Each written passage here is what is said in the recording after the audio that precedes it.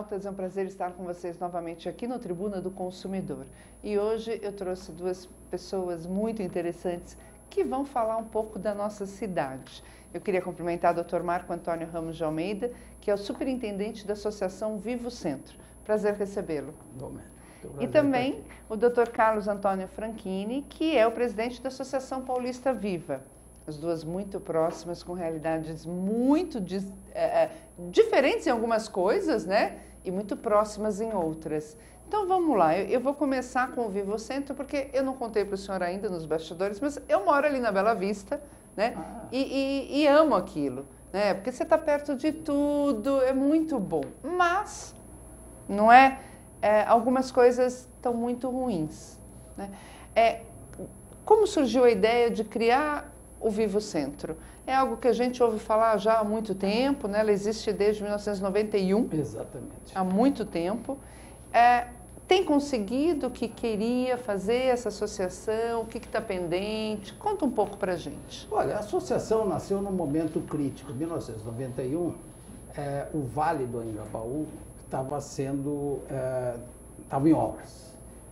Por quê? Porque ali estava sendo construído aquele túnel, né? Tradicionalmente, o Vale do Anhangabaú, quem é mais antigo um pouco lembra do comício das diretas que existiu no Vale do Anhangabaú. Era um grande, o Vale do Anhangabaú era uma grande ligação. Era a voz do povo, era ali, né? Exatamente. Então, ali passava o chamado Sistema Y, né, que o Prestes Maia idealizou. Você vem pela ligação norte-sul, que abrindo ali no que seria o Y, né, na 9 de julho e na 23 de maio. Então, quem idealizou, houve uma idealização de um projeto para o Vale, isso foi muito antes, né?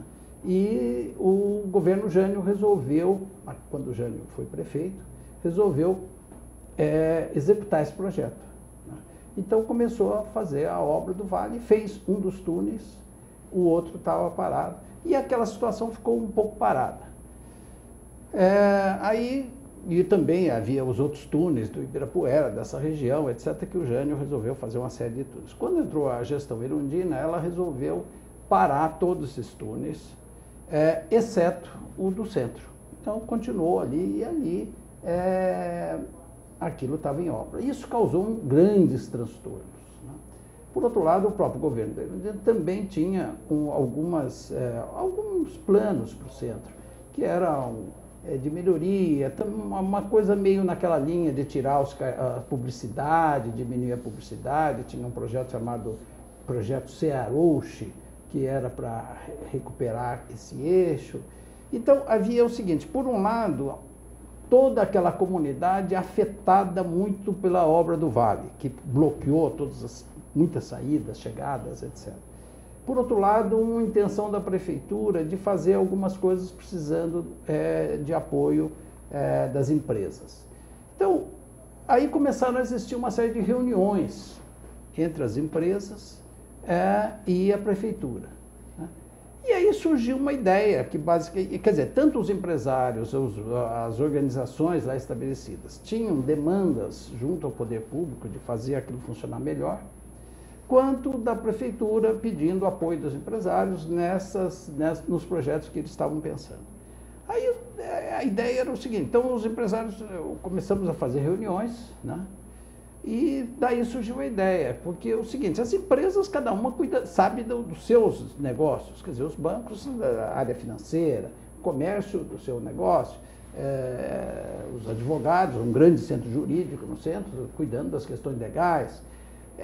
E, vamos dizer assim, o aspecto urbano não era uma expertise dessas empresas. Então, de repente, cada uma delas mandava lá suas sugestões, etc., funcionários de diversas áreas e tal. Mas surgiu a ideia, por que nós, então, não criamos uma entidade para ser interlocutora de toda essa comunidade aqui, e para dialogar com a prefeitura? E essa comunidade se instrumentalizar, ter arquitetos, urbanistas, ter estudiosos de diversas áreas, etc. Então, é daí que nasceu a associação. Vamos ao invés de cada banco ter um urbanista ou cada restaurante ter um especialista em questões urbanas, por que não nos cooperativarmos, vamos dizer assim, nos associarmos e criarmos uma entidade que possa colaborar efetivamente sabendo dialogar nesse aspecto. E foi aí que nasceu a associação então, e a partir daí ele já tiveram eleições, e a partir de todas as eleições a associação chamou os candidatos, dialogou com eles, tal, colocou a recuperação do centro na pauta. Quer dizer, até lá isso não estava... Não se falava nisso. Né? Então passou a ser uma questão. E o trabalho da associação ao longo do tempo vem sendo manter esse assunto vivo. Enquanto ele realmente não se efetive. Exatamente. Não é? Não, e muitas coisas se conseguiu. Né? Se nós pensarmos entre antes e depois, houve um avanço notável. Na área cultural, equipamentos fantásticos foram feitos, inclusive a própria associação colaborou. Nós fizemos o projeto da Sala São Paulo, que foi doado ao governo do Estado, e foi realizado.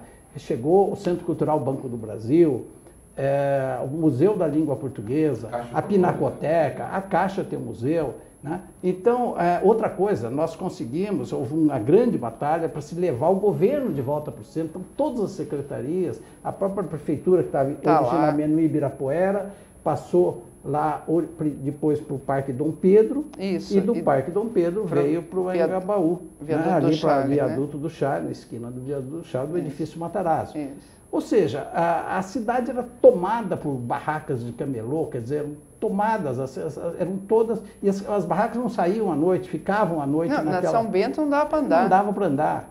Então, houve grandes avanços na questão da segurança, em todas as áreas houve avanço. É claro que nós não estamos satisfeitos, nós queremos mais, mesmo porque eu acho que o centro precisa e deve ser bem cuidado. E merece. Merece. E a população merece um centro em ordem. Quer dizer, não é que é o centro, explica para o nosso internauta o que é o centro de uma cidade no mundo. Olha, o centro é a marca, o centro é a identidade, né, da cidade. Ele tem, até sobre esse aspecto, ele tem uma profunda função psicossocial na população. Né? A população se reconhece no centro. Né? E, por outro lado, em sendo marca, ele tem uma função mercadológica, de marketing fundamental. Ele vende, entre aspas, a cidade.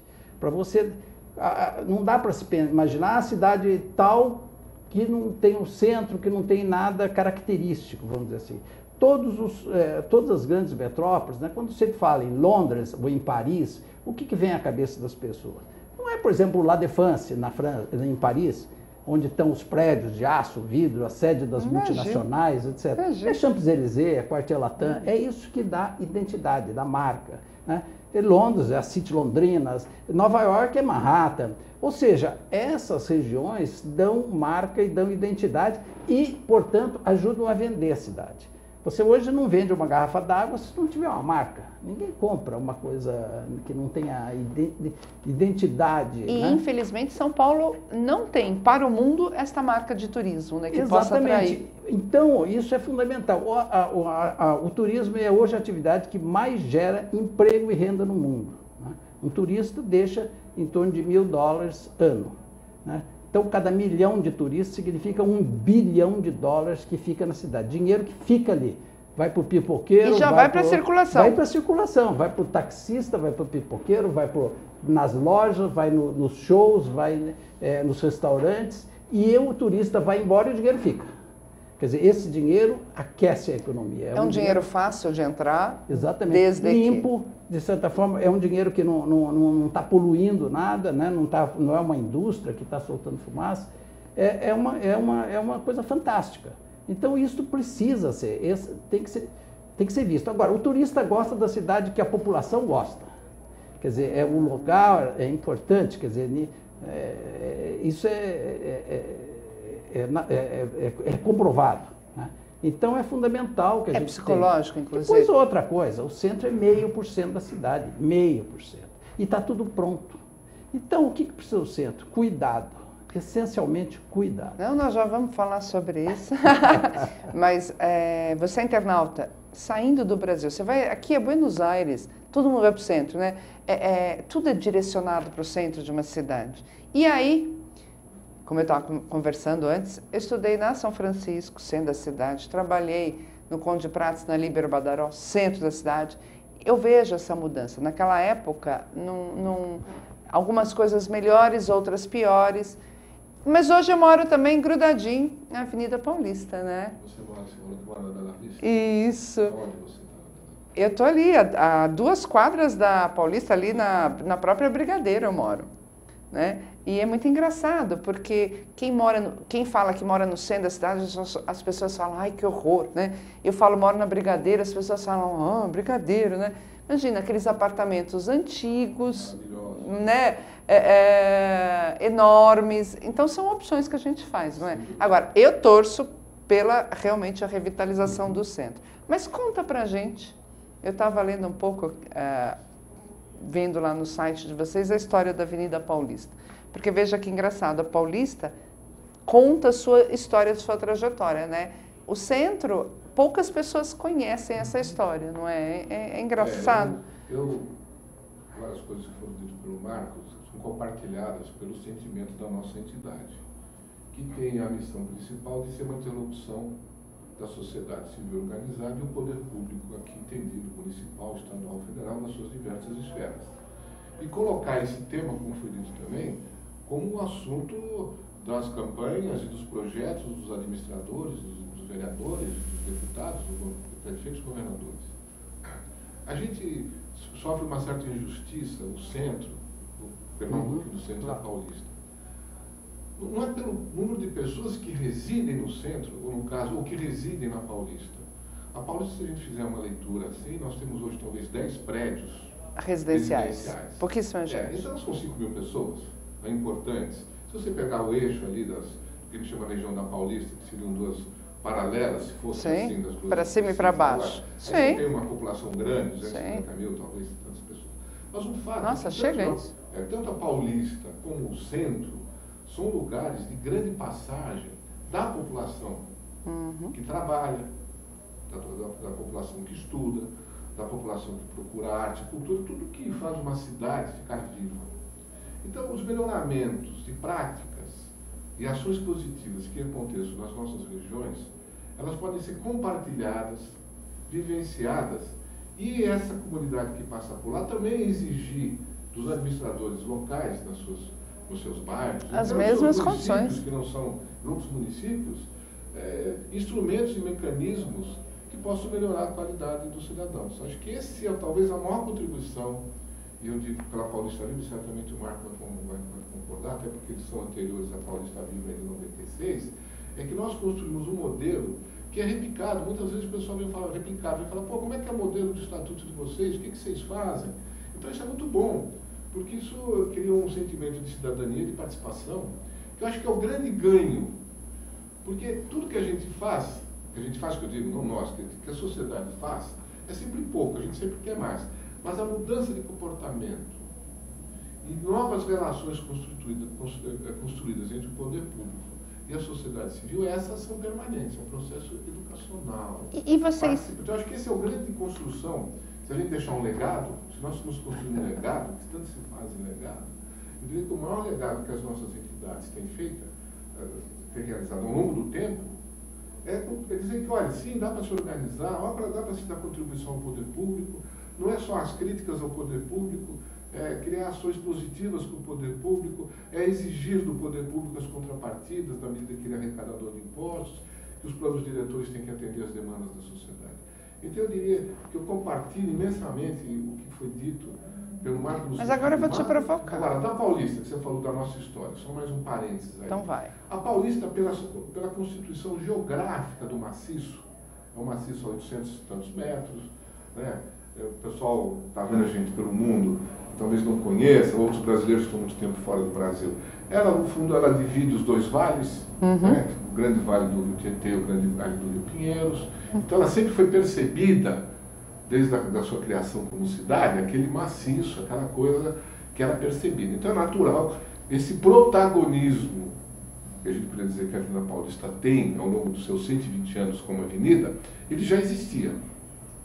Era a trilha da Real Grandeza e aquele lugar todo que hoje nós temos um pouco ainda, que é o Parque Siqueira Campos, o Parque Brasil Trianon, que é mata nativa, que era a mata do Caguaçu. Então, a história da Paulista de ser, ela vem da história de São Paulo, né? Pela sua posição geográfica. Você lembrou que o Anhangabaú foi a voz do povo durante muito tempo e que acabou sendo transferido para a Avenida Paulista, né? Em termos de manifestações, de reivindicações, todo mundo quer fechar a Avenida Paulista, né? Eles vão andando, aí eles vão lá para o centro. Não tem jeito, né? Vocês recebem muitas críticas de quem mora ou de quem trabalha nesta região dessas manifestações em termos de violação do direito próprio de morar e de trabalhar, ou não? Ou isso foi absorvido pelos locais? Há sim, há uma preocupação permanente. Eu vou te dizer, uma amostragem que nós fizemos, empírica, pedimos para 2 colaboradores ficassem na parada em determinado lugar na Paulista, das 8 da manhã às 8 da noite, passaram 120 ambulâncias. Nossa. Isso é uma amostragem, tá? Não é uma pesquisa. Até porque a região... Passam 120 ambulâncias. Isso num trecho que ficamos acompanhando. Possivelmente algumas entraram e saíram em outros eixos da Paulista, ou algumas percorreram. Então, meramente uma amostragem, né? Para não cobrarem da gente que foi uma pesquisa, uma amostragem. Ficou alguém lá com um medidor, durante 3 dias, deu em média 120 ambulâncias.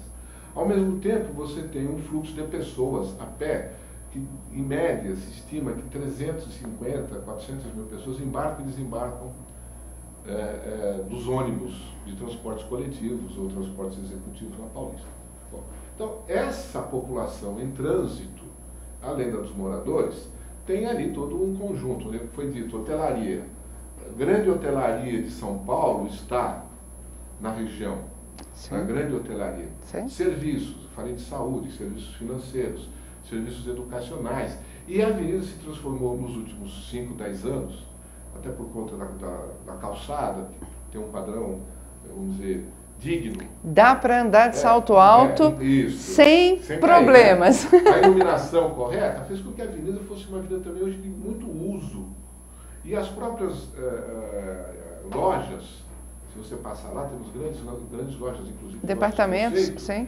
Que usando as restrições, vamos dizer, da lei de cidade limpa, projetaram vitrines que acabam iluminando o passeio. Então você cria uma grande integração e de um convívio, vamos dizer, de passarela, vamos chamar assim, das pessoas poderem andar na Paulista, né? Então quando você fala das questões das manifestações, etc., nós temos que partir de uma premissa. A Paulista prevê, a região prevê 3 eventos como eventos. Sim. Que esse é uma parada GLT, a São Silvestre e o Réveillon da Paulista. Então, esses são eventos definidos por um termo de ajuste, etc., pelo Ministério Público. Todas as outras atividades são consideradas manifestações. Isso. As manifestações, né, não sou advogado, não tenho rigor técnico, mas as manifestações são, obviamente, um direito de livre associação, ir e vir, etc. Mas há uma orientação e que as manifestações, os responsáveis pela manifestação, e aí também acho que é uma questão de cidadania, também devem ser responsáveis em informar o poder público, isso está previsto, falar com a autoridade que cuida da segurança pública, falar com a autoridade que monitora o trânsito, para que aquela manifestação traga menos ruídos ou transtornos para aquele grupo de pessoas que nós mencionamos. No sentido de que a convivência seja a famosa convivência cidadã. Dentro do que for possível, né? Dentro do que for possível. Se vai passar, a pista não seja totalmente impedida. E, obviamente, que a gente critica todos nós qualquer ato de depredação e vandalismo. Sim, com certeza. Até porque vai contra tudo, né? A gente tem que ir contra e nós fomos muito efetivos quando as manifestações danificaram as nossas cabines suspensas. Nós fomos fazer boletim de ocorrência, registro, porque é dano de patrimônio privado. Isso, claro, que ninguém pode concordar. Marco, qual é hoje para você o grande problema existente lá no centro? Olha, eu diria que a questão, isso é uma questão geral da cidade, mas isso é mais crucial no centro, né? É a questão da zeladoria urbana. Zeladoria urbana, segurança, iluminação, afinal, o atendimento social, a população em situação de rua, né? A questão da limpeza, afinal, essas questões. O centro, eu sempre digo que o problema do centro hoje é um problema mais de software do que de hardware, né? Nós temos um hardware fantástico, é o patrimônio histórico da cidade, está tudo ali, né? A quantidade de equipamentos culturais, né? E a maior parte dos próprios equipamentos culturais em prédios lindíssimos, em prédios tombados, né? Então o centro, a cidade nasceu ali, ou seja, temos um lugar maravilhoso. Agora, o que precisa? Precisa zeladoria urbana, precisa manutenção. Nós precisamos ter diálogo e interlocução. Esse é um problema que hoje, inclusive nós vamos levar uma proposta, já pedimos uma audiência ao prefeito para isso. A ideia é o seguinte, hoje o poder público está extremamente segmentado. Quer dizer, cada um cuida de um pedacinho, né? E há muito pouco diálogo, a gente percebe isso entre os próprios setores, dentro do próprio setor público, digamos, dentro do próprio município, dentro da própria governo municipal. Como se fossem outros municípios, né, inclusive. Exatamente, e dentro de segmentos estanques, de outros níveis governamentais, quer dizer, não há entre níveis governamentais e entre as próprias secretarias. Hoje não precisa trocar o prefeito, você troca um secretário, aquilo tudo volta a estaca zero, porque os cargos são todos hoje cargos de confiança, então quando muda um secretário, muda todo mundo, né? Diferente de que, aparentemente, que eu ouvi falando, na França, você caiu o ministério, trocou o ministério, saiu o ministro, o vice-ministro, que é quem comanda a máquina, esse é cargo de carreira, ele continua. Então, quando trocou, caiu o governo, cai tudo. 12, o país não para, né? 10 ou 15 pessoas. Há uma simpatia pela Avenida Paulista, por ela ser mais elitizada? Não, eu acho que eu queria aproveitar o que ele disse. A Avenida Paulista tem 3 subprefeituras. Eu ia perguntar. Tem a Sé, tem a Vila Mariana e tem Pinheiros. Então, o cidadão comum que está num lado da rua, ele não sabe, ele tem que... Claro. Né? Bom, nós, há algum tempo, os prefeitos de algum tempo, sempre colocam como interlocução institucional a subprefeitura da Sé, institucional nossa. Mas no sentido do cidadão comum, que tem de uma autorização, discutir um alvará, qualquer coisa, ele tem 3. Inclusive, nós temos já há 6 anos um projeto de lei, iniciativa do Celso Jatene, para fazer a subprefeitura da Avenida Paulista, da região da Avenida Paulista. Tá. Porque eu acho que seria uma utilização correta de meios, né? uma interlocução mais alinhada. Não tem sentido, né? A cidade, aquilo que também nós que somos aqui moradores antigos e somos paulistanos ou adotados como paulistanos, eu sou paulistano, mas a cidade me parece ainda dividida, como ela era na época que era uma cidade industrial. Parece que os sentimentos, as coisas estão divididas assim, a Moca era a Moca, o Brás era... E parece que a cidade hoje é uma cidade, como ele disse, uma cidade que...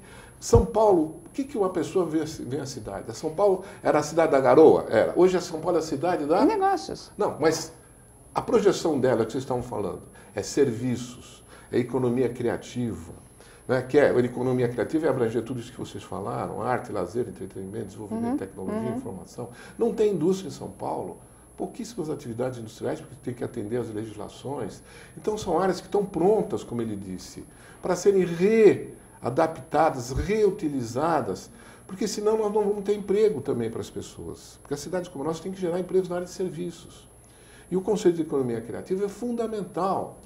Nós, na época das eleições, tivemos a oportunidade de falar com 1 ou 2 candidatos, e falamos na época também com o prefeito Haddad eleito, né, que tem que ter esse olhar efetivo sobre economia criativa.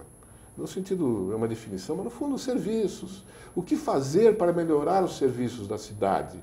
Para eu poder exercer o meu serviço criativo numa cidade que tem que ser percebida como isso. Como cidade, né? Porque você vê, quando alguém chega de fora E você sabe que o maior turismo é de São Paulo, você sabe, né? Sim. As maiores receitas, Sim. tudo é daqui. Sim. Tanto é que quando teve as manifestações mais intensas na região, houve uma queda de receita da hotelaria e de serviços na região enorme, né? Então, o que tem que ser feito para que a atividade lazer, atividade de serviço, a atividade de saúde, de serviço de saúde, etc., seja percebida no mundo, né? E que a cidade, como eu disse, surpreende quem vem a São Paulo. O cara, quando começa a chegar ali em Guarulhos, vem no avião, começa a ver o tamanho da cidade, vocês têm relatos certamente, acabam ficando para onde é que existia essa cidade que eu não sabia, né? Que era a existência de uma cidade com esse potencial. Então, e a pergunta, a Paulista não tem mais ou menos charme? Eu acho que não é muito por aí, que eu acho que o centro tem, como foi dito agora, tem coisas maravilhosas. Um passeio pelo centro, pelos prédios, por tudo que tem lá, é uma história do Brasil, uma história da cultura, da arte, dos movimentos todos estão ali. E a Paulista foi, em alguns momentos, coadjuvante e parceira desses movimentos. Se a gente estudar, mas a gente observa na população, se você falar, eu te dou um passeio na Paulista, te dou um passeio no centro, tanto é que foi mais de uma infelizmente vez, há um preconceito. É verdade. Eu não diria que é preconceito. Houve mais de uma vez essa identificação da Paulista como um marco de referência urbanística da cidade. Eu diria um pouco por isso que eu te falei. Veio da própria história da cidade, era aquele lugar que todo mundo olhava, né? Todo mundo via. Veja bem, urbanisticamente, foi uma avenida que em 1891 tinha 26 metros de largura. Já tinha faixa de transporte coletivo. Tudo que a gente fala hoje, ciclofaixa, o Joaquim Eugênio de Lima projetou. Era puxado por tração animal, mas tinha a pista do bonde com tração animal. Tinha vegetação. Eles deixaram um parque do tamanho do Parque Trianon. Sim. Então, realmente, eu tenho cada vez que eu estudo mais, eu vejo a figura do Joaquim Eugênio de Lima como um grande... Ele, a família Figueiredo e outros que se envolveram, porque não foi um trabalho único, né? Ele já era um arquiteto, chamado, não sei se era arquiteto, se não existia essa profissão talvez, mas ele já tinha trabalhado na construção do viaduto Santa Ifigênia, com o Eiffel, que é aquele viaduto é tudo de aço, né? Então ele teve uma visão fantástica da nossa cidade, né? Como aquilo podia representar a cidade. Sim, né? sim. Você, né? Eu também sou da área de comunicação, a primeira transmissão de rádio do padre Landel de Moura, que antecede Marconi, foi da igreja ali de Santana, do convento de Santana, para a Avenida Paulista. A gente só não sabe se é onde está o MASP hoje ou onde está o Colégio São Luís. Né? Então, foi a primeira avenida, em 1909, a ter asfalto, que veio da Alemanha. Nem em Manhattan, nem nas avenidas americanas, das grandes metrópoles, na América, tinha um asfalto. Então, essa coisa de talvez viver o asfalto, talvez já tenha... Isso foi em 1909. Então, talvez eu não diria que uma compete com a outra. Eu acho que o que precisa acontecer é que essas grandes áreas possam ser integradas no modelo de... Mas é claro, claro. Lógico, isso é uma integração. Mas o grande problema... Avenida, de certa forma, é um grande contexto. É um contexto. Nós continuamos a falar daquela pequena área. Mas é muito perto. Se você se você pegar um compasso, um mega compasso e fizer um raio ali... É 2.000 metros. Talvez 3 até a Praça da Sé.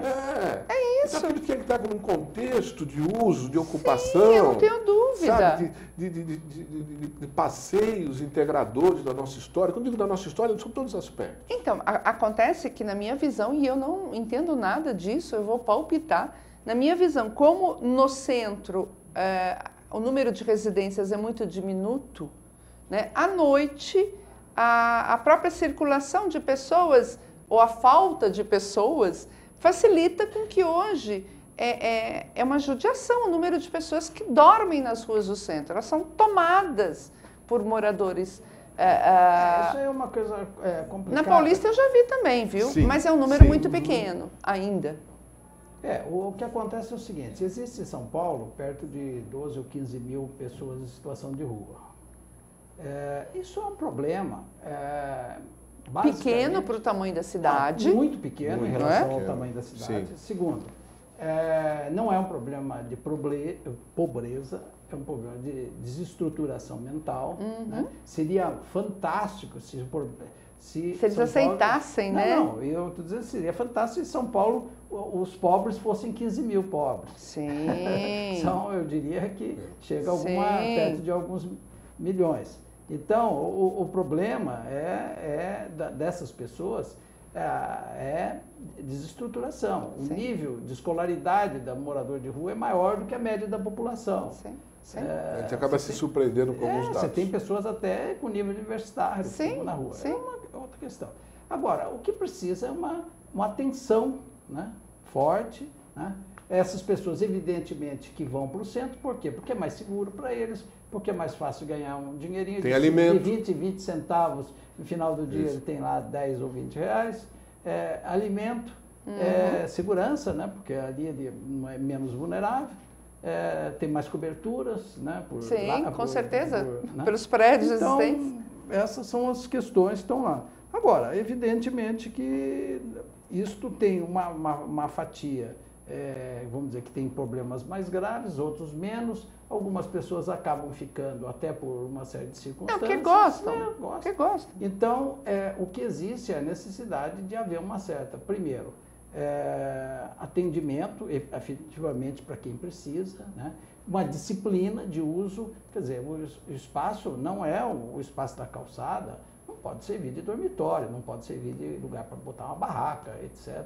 Quer dizer, isso tudo tem que ser, a disciplina da cidade. Perfeito. Você não põe 20 milhões de pessoas para morarem num conglomerado, se não tiver disciplina, se não tiver regras de uso do espaço público. É evidente que tem que ter. Eu não sei se ainda persiste, mas na frente da Assembleia tinham barracas. Não, pois é. E lá continuam, não é? Então é uma questão de isso vai ter que ter uma disciplina. Agora, a questão do volume de, por exemplo, moradores, o centro está voltando a ter, né? Por que houve essa volta? E primeiro uma diminuição, depois uma volta. Porque isso eu acho que atribui mais a um fluxo da própria forma da família brasileira. Quer dizer, antigamente você tinha apartamentos muito grandes no centro e aonde morava muita gente, porque as famílias eram grandes. As pessoas tinham famílias de 10 pessoas, 12, né? Assim como você vai em centros como Nova York, você tinha casas, aquelas townhouses, onde vários andares, onde morava uma família, né? Posteriormente, com a evolução, quer dizer, a família hoje é 1, 2 pessoas, 3. Então, o que acontece? Você vai nessas grandes metrópoles, essas próprias townhouses foram divididas. Hoje, cada andar tem dois apartamentos, o que era, às vezes, uma unidade unifamiliar. Sim. Viraram 8. Né? Nossa.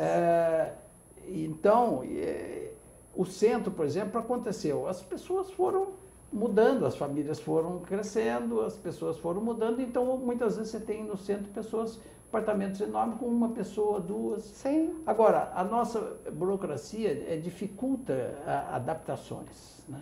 Tudo é muito difícil. Nós temos uma enorme dificuldade, e isso é gravíssimo no centro, de fazer o retrofit dos edifícios. Por que é difícil fazer o retrofit? Porque esse é um problema novo. Quer dizer, esse é um problema que Paris teve talvez há 200 ou 300 anos atrás. Explica para o nosso internauta o que é o retrofit. Não, o retrofit seria você pegar um edifício antigo e modernizá-lo, né? Se ele é um edifício tombado, então você faz uma parte que é o que é tombada, você faz o restauro, né? E o que não é tombado, você moderniza, você põe iluminação adequada, elevadores adequados, sistemas de proteção a incêndio e etc, etc. Você torna o edifício antigo um edifício moderno. Então, basicamente, esse é o sistema de retrofit. Só que as leis não têm. Então, hoje você vai fazer uma reforma, mas isso contraria o código, que pede um corredor de 1,5 m e aqui só tem 1 metro. Ué, mas daí o que você vai fazer? Você não pode tirar a parede. É verdade. E daí por diante essas coisas vão acontecendo e isso dificulta muito essa, vamos dizer assim, adaptação do centro a um tempo moderno. Você falou que essa coisa das subprefeituras, agora você fala dessa dificuldade. É impressionante como o Brasil é cartorário ainda, não é? É impressionante. Um dia desse eu vi hoje eu estava vendo que uma das coisas que o governo justificou as obras da Copa não estarem prontas é que o país é muito burocrático. Eu vou fingir que a gente não ouviu falar isso. Vou passar em branco isso. Que impressionante. Um lápis. Mas você veja, ele comentou algo muito importante. Com a atuação da nossa entidade, entre outras iniciativas, nós conseguimos melhorar, identificar problemas e melhorar algumas questões. Então, alguns retrofits começaram a acontecer na Paulista. Grandes áreas, se você contar nos últimos 8, 10 anos, saíram 8 grandes empreendimentos. Então, isso que ele está falando é muito importante. Na medida que você cria condições, o empreendedor, empresário, etc., ele quer retomar essas áreas, no bom sentido, e trazer um novo serviço que a cidade demanda. Tá? A leitura tem que ser o seguinte: o que o legislador tem que fazer para facilitar para a nossa cidade, que não é a mais, eu digo isso porque eu morei no Brás, não é mais a lá das fábricas, é uma cidade de serviços. Então esse retrofit, ele traz, primeiro em regiões, principalmente no centro, na Paulista, que já tem gás, já tem energia elétrica, já tem tudo funcionando. Não, aí o Estado ficou, quando eu digo Estado, o poder público, entenda, criou coisas para construir bairros a 30 quilômetros, a 20 quilômetros, e o cidadão está nesse inferno que vive hoje. Exatamente. Porque o emprego e a moradia estão distantes a 20 quilômetros. Porque o município de São Paulo é gigante. Se você olhar 70 quilômetros daqui, você ainda está dentro de São Paulo, em algumas regiões.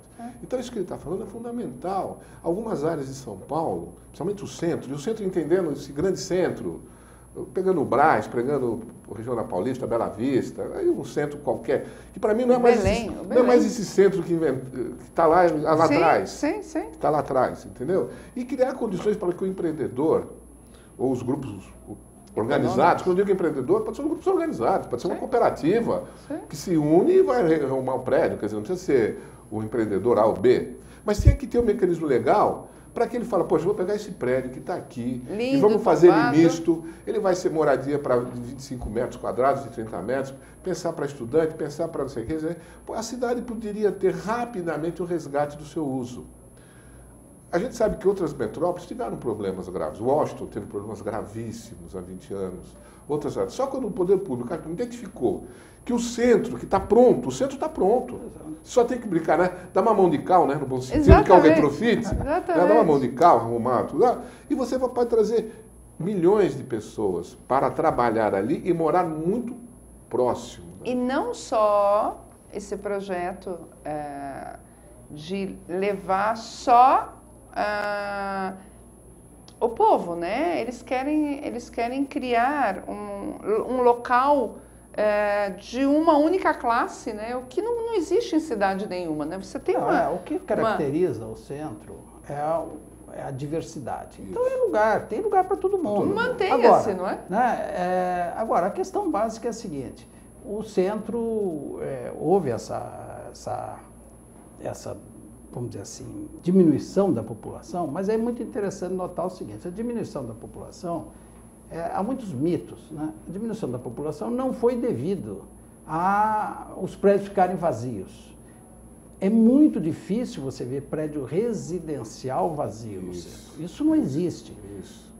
Quando eu comprei meu apartamento, eu gastei 1 ano e meio para achar um apartamento. Você abre o jornal ainda hoje, apartamentos, vende-se, aluga-se no centro. Não existe. Porque eram construções de uso comercial. Não, e o seguinte, quer dizer, mas mesmo onde existiam, quer dizer, o que existe é uma falta de oferta, não é demanda. Demanda existe. Sim. Né? Agora, por que isso aí? Porque, primeiro, o que existia continua ocupado.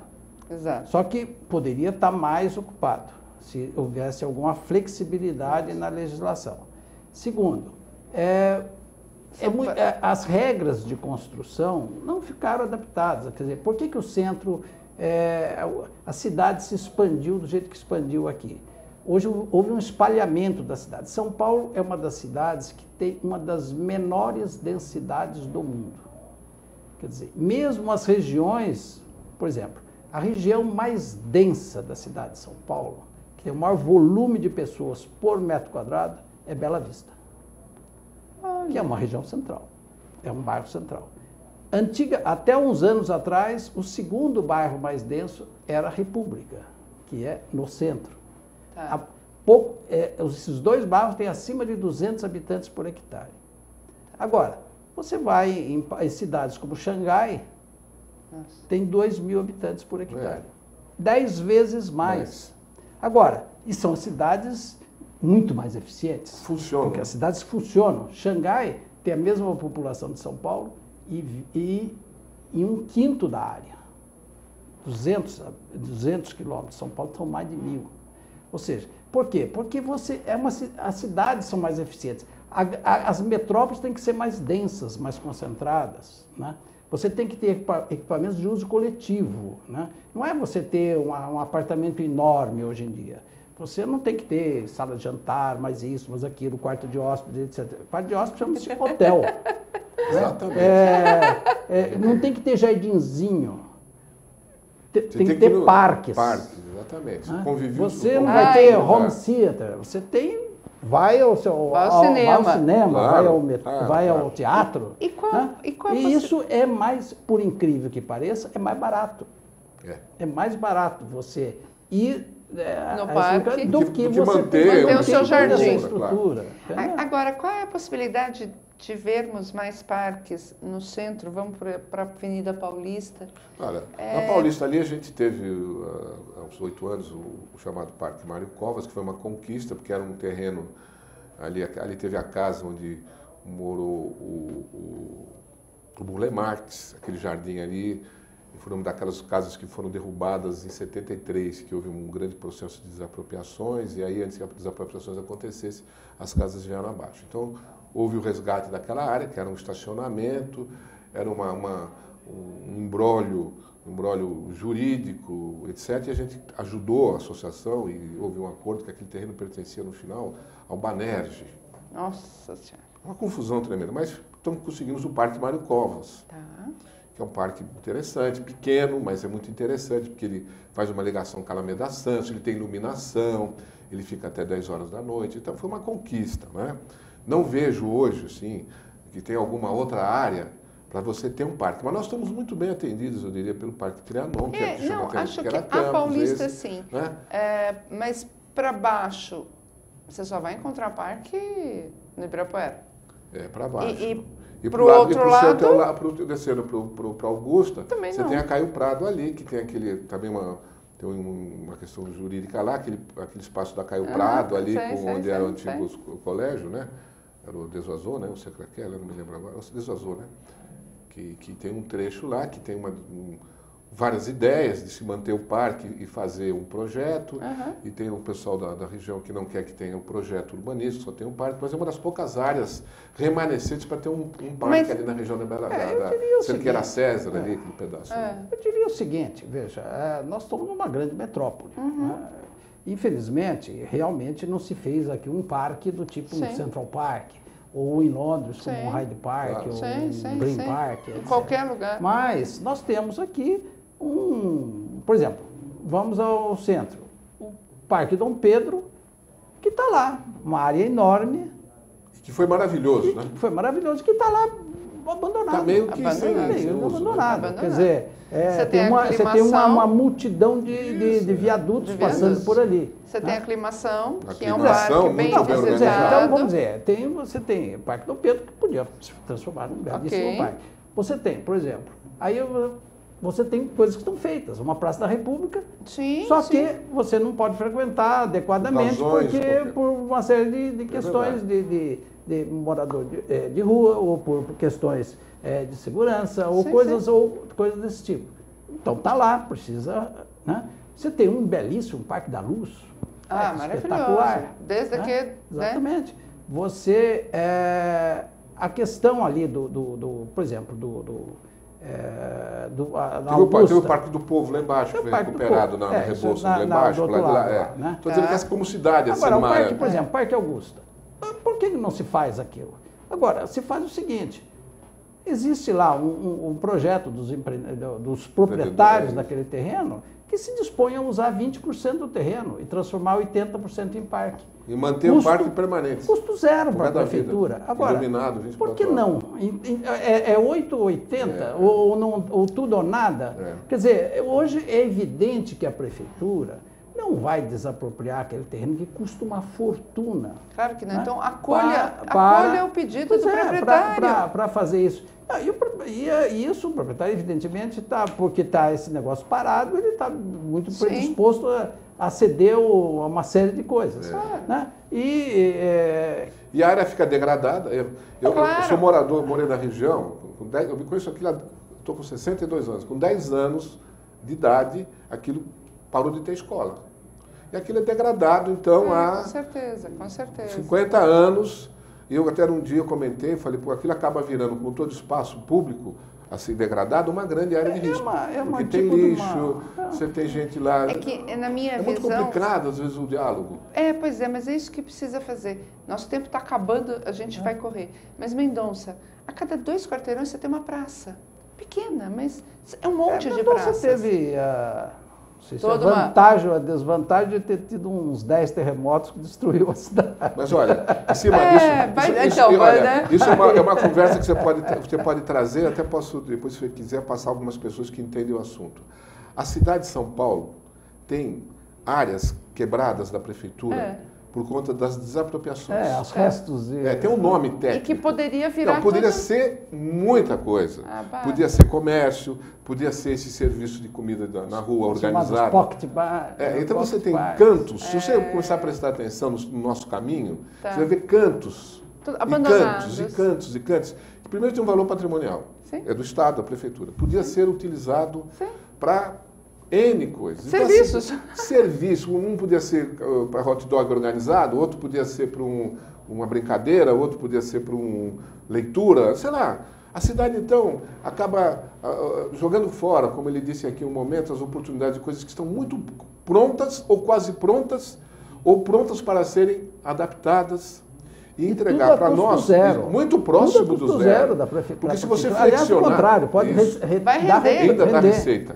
Então, se você flexionar, nós temos que ler a cidade como algo em movimento.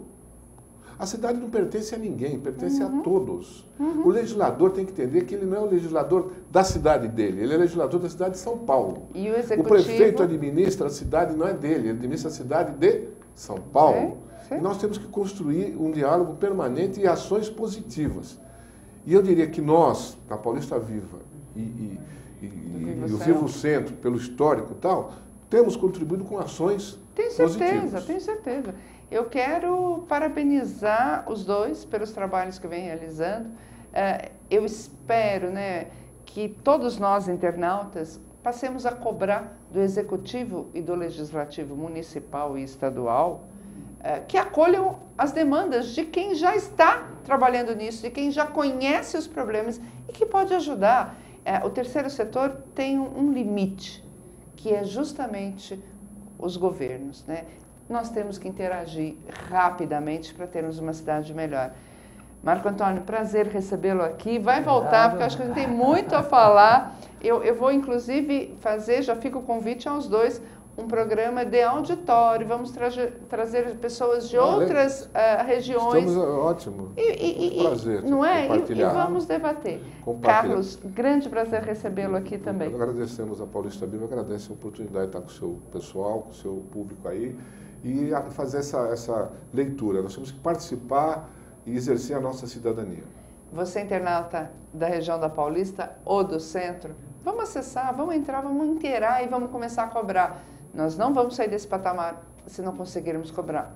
Eu acho que o Brasil é o maior terceiro setor do mundo, E mesmo assim ele não vai conseguir fazer tudo se os governos realmente não abraçarem a causa. Fiquem com Deus, até a semana que vem.